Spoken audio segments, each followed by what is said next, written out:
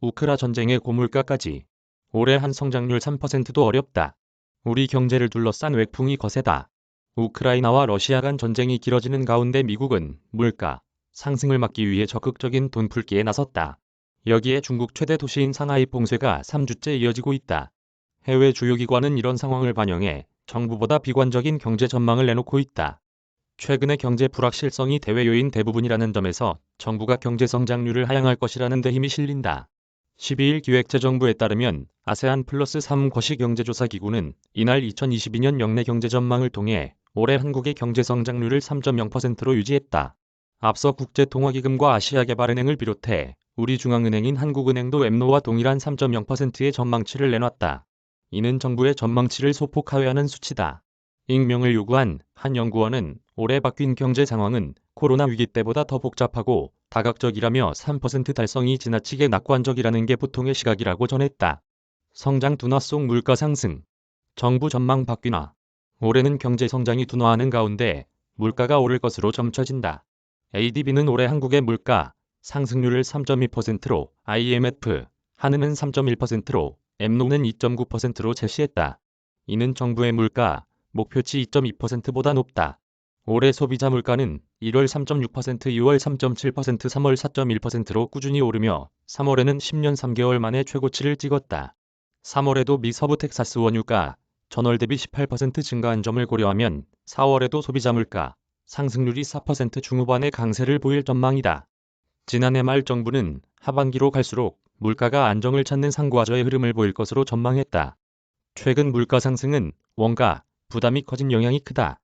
김예인 한국투자증권연구원은 생산자 물가 상승의 영향으로 3분기까지 물가 상승률은 4%에 가까운 높은 수준을 이어갈 것이라며 기업이 경영 어려움으로 원자재 가격 상승을 꼽은 비중이 10년에 가장 높은 점 역시 기업들의 가격 인상이 상당 기간 지속할 수 있음을 시사한다고 말했다. 기재부는 지난 6일 대통령직 인수위원회에 거시경제 전반 상황을 보고했다.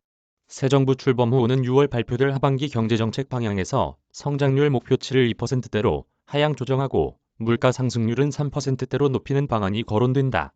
러우 전쟁 장기화 주목. 미 긴축 부담. 올해 경제는 러시아와 우크라이나의 전쟁 종식에 달렸다고 해도 과언이 아니다. 코로나 팬데믹이 초래한 공급 차질 문제가 전쟁으로 악화하면 국가 간 교역을 저해하고 생산 비용 상승을 부추겨 소비자 물가를 끌어올리는 결과를 낳는다. 러시아 전쟁으로 인한 원자재 가격 상승세는 세계적인 인플레이션뿐 아니라 공급망의 병목 현상을 심화하는 원인이다. 특히 농산물과 에너지 자급률이 낮은 한국으로서는 경제의 근간이 흔들릴 수 있다는 우려가 나온다. 미국이 긴축을 예고한 점도 세계 경제의 불확실성을 더하는 요인이다. 미국은 이르면 다음 달부터 매월 950억 달러 한도 내에서 양적 긴축을 시행함과 동시에 정책 금리를 0.5%포인트씩 인상하는 이른바 빅스텝을 고려 중이다. 이런 공격적인 금리 인상은 경기 침체를 불러올 수 있다. 지난달 28일부터는 코로나19 확산으로 중국 최대 도시인 상하이가 봉쇄되며 수출 부담을 키우고 있다.